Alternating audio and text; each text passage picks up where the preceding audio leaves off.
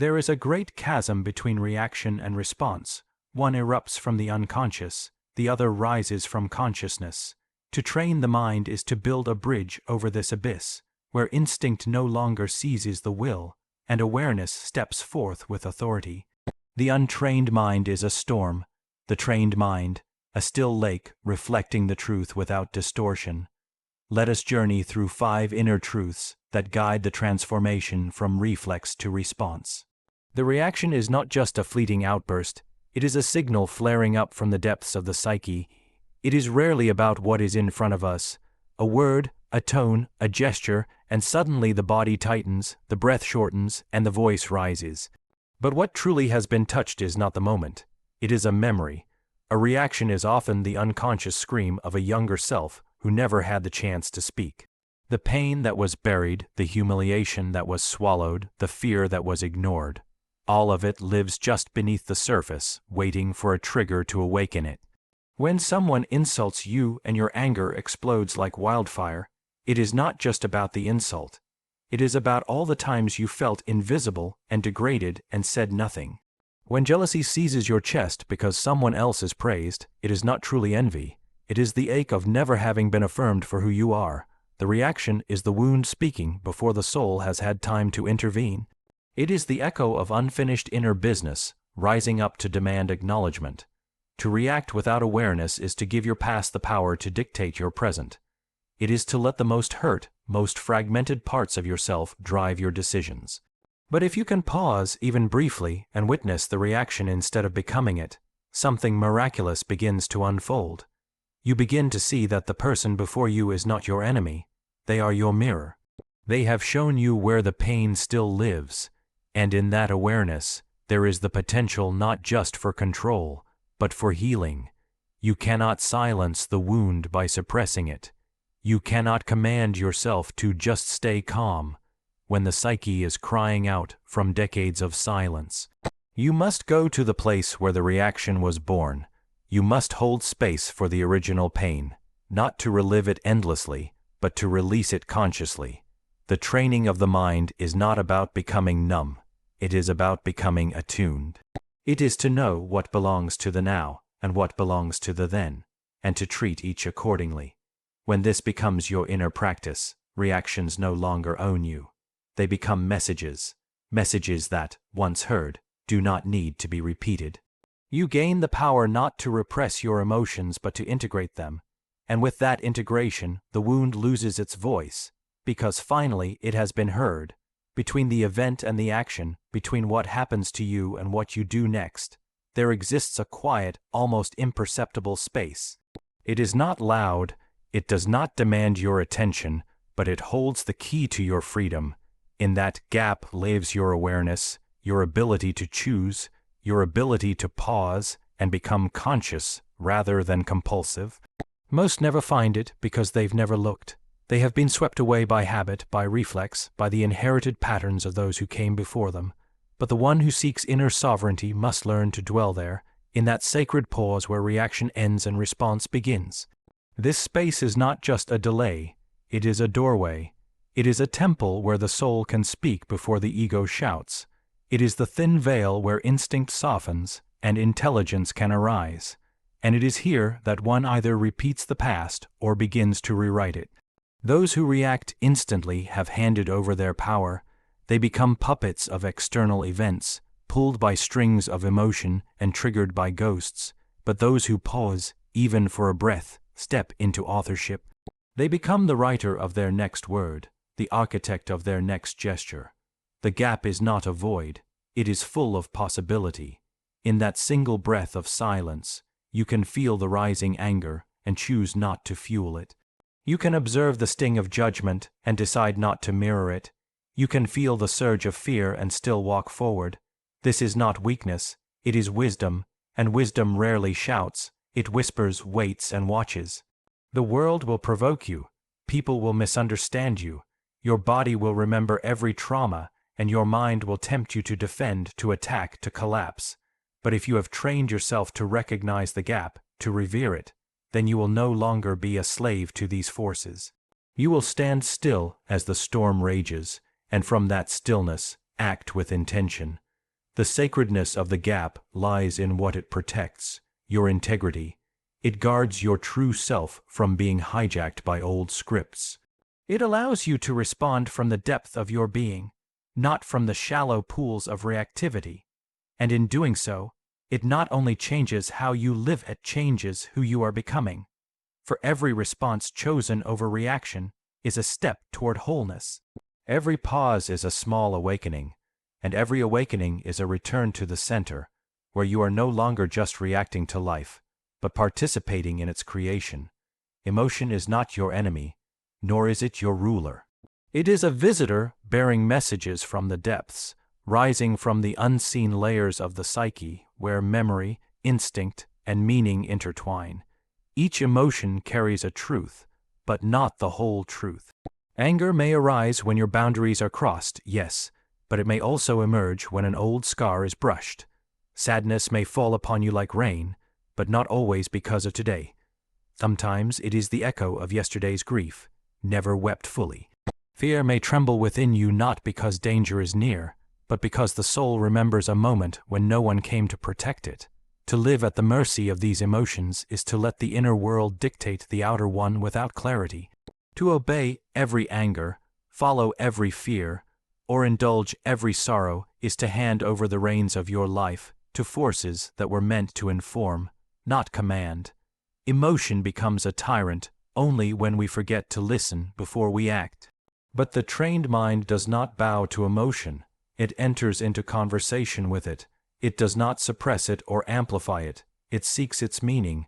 You are not weak for feeling deeply. Emotion is not a flaw to be eradicated. It is a compass to be read carefully. When anger arises, you ask, what is out of alignment? When jealousy flickers, you inquire, what within me feels unloved or unseen? When anxiety builds, you wonder, what part of me does not trust what's coming? These are not reactions, they are responses. And from these responses, growth begins. Emotions left unexamined become compulsions. They repeat themselves like broken records, dragging us into the same arguments, the same pain, the same roles. But emotions understood become transformations. They guide us back to the places in ourselves that need attention, healing, or change. The message may hurt, but it leads to wholeness. To train the mind is not to silence emotion, but to give it a seat at the table, not the head. Let emotion speak, let it express, let it weep, but do not let it drive. For when emotion leads, wisdom follows far behind. But when wisdom leads, emotion becomes an ally, not a saboteur. You are the one who hears the knock on the door. Emotion is only the knock, not the intruder. It asks to be seen, but not worshipped.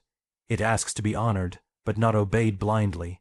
And when you learn this balance, when you let the emotion speak but not decide, you walk the path of inner mastery. You feel deeply, but you choose wisely. And in that space between feeling and choice, you begin to embody the fullness of your being, human, yes, but sovereign too. The persona is the mask we wear to survive, to belong, to be accepted by the world. It is the version of ourselves shaped by expectation, culture, duty, and fear. It speaks in tones that please others, dresses in attitudes that shield the inner life, and adapts itself to the rooms it enters so that it may not be rejected. The persona is not evil. It is a necessary layer of existence, but it is limited. It is fragile. It reacts when something threatens the persona, an insult, a dismissal, a contradiction. It recoils or retaliates. Why? Because the persona is a defense mechanism, not a whole self. It is built to preserve image, not truth. The moment the mask feels cracked or questioned, it lashes out, because its existence depends on being upheld. The reaction is fast, sharp, emotional, not because the danger is real, but because the mask is afraid of being seen through. And in its panic, it forgets the deeper truth of who you are. The self, on the other hand, is not performance, it is essence. It does not bend to please, nor does it harden to protect. It is the still and eternal part of you that does not need to prove itself because it knows what it is. When the self is active, you respond with presence, not performance. You do not react to defend identity. You respond to honor reality. You see more than the moment. You see what it means. Someone disrespects you. The persona reacts. It feels attacked, offended, humiliated. It wants to fight or flee, but the self pauses. It asks, what is truly being challenged here? What part of me is feeling exposed? What is the most conscious way to respond to this, not just for them, but for myself? To live from persona is to live defensively, always calculating, always bracing. To live from the self is to live authentically, rooted in your inner ground. The persona avoids conflict or escalates it. The self moves through conflict with intention. The persona wants to be liked. The self wants to be true. The persona is quick to judge, because judgment creates distance, and distance feels safe. But the self listens, because understanding creates depth, and depth is where transformation begins. You cannot remove the persona entirely, nor should you. It is part of the architecture of being human, but you must not let it be your compass. It is a mask, not a mirror. It reflects what others want to see. It does not reveal what you truly are. When you confuse the persona for the self, you react from illusion, but when you remember who you are beneath the mask, you begin to respond from a deeper well. Training the mind, then, is not about perfecting the persona. It is about shifting allegiance from mask to soul, from the false self to the real one, from reaction to response. When you make this shift, even the most painful interactions become bearable, even beautiful, because they do not threaten your identity. They reveal it, and when you respond from the self, you are no longer controlled by the world. You begin to shape it, not through force, but through presence. The persona is the social skin you put on each day. It is the face you wear to navigate the outer world. The polite smile, the clever response, the image carefully shaped by culture, approval, and fear. It helps you fit in. It wins you praise. It hides your uncertainty. But make no mistake, it is not the fullness of who you are. It is an artifact, useful, yes, but ultimately shallow. When life presses hard, when something stings your pride or unsettles your role, the persona is the first to react. It cannot help itself. It is reactive by design, because it is built to protect, to defend, to maintain a fragile sense of identity in a world that is always threatening to shatter it. The persona reacts because it is afraid of being exposed, dismissed, or unloved. It craves validation and security, and so, when insulted, it lashes out to reclaim control. When confronted with failure, it may collapse in shame or deflect with blame. The persona wants others to see it a certain way, and any disruption to that image provokes it into action. Its reactions are fast, habitual, and unconscious.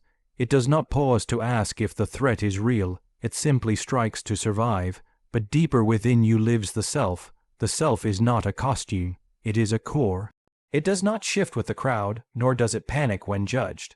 The self is not concerned with appearing right. It is committed to being real. It is rooted, calm, and enduring. It watches before it moves. It listens before it speaks. It responds not to please or defend, but to serve a deeper alignment with truth. The self responds because it does not fear the moment. It has nothing to prove. When someone insults the self, it sees the pain behind the insult. It does not collapse, nor does it retaliate. It sees. It witnesses. It knows that what is being spoken is not always about you, and it does not need to make everything personal. It seeks understanding over dominance, clarity over control. To train your mind to respond and not react is to shift your allegiance from persona to self. It means you must begin to recognize when your reactions are fueled by the fear of being exposed or unloved. It means noticing the urge to correct, to impress, to dominate, and then asking, who is speaking right now, the mask or the truth? This is not easy work. The persona has been with you a long time. It was crafted early, perhaps in childhood, as a way to be safe in a world that did not always feel safe. It has helped you survive. But survival is not the same as wholeness, and to remain trapped in your persona is to live a life of performance, not presence. Every moment of tension offers a choice: react from the mask or respond from the self. You can defend your image, or you can deepen your awareness. You can echo the world's noise, or you can become a quiet mirror that reveals what's real. The persona will always want the last word. The self, however, wants the right word, the one that emerges from clarity, not from chaos. The more you live from the self, the less you are ruled by the moods of others. Their praise no longer inflates you, their criticism no longer breaks you. You become steady, and in that steadiness, something sacred begins to emerge, the ability to meet life not as a puppet of past wounds, but as a conscious presence that chooses its steps with intention. You become a response, not a reflex.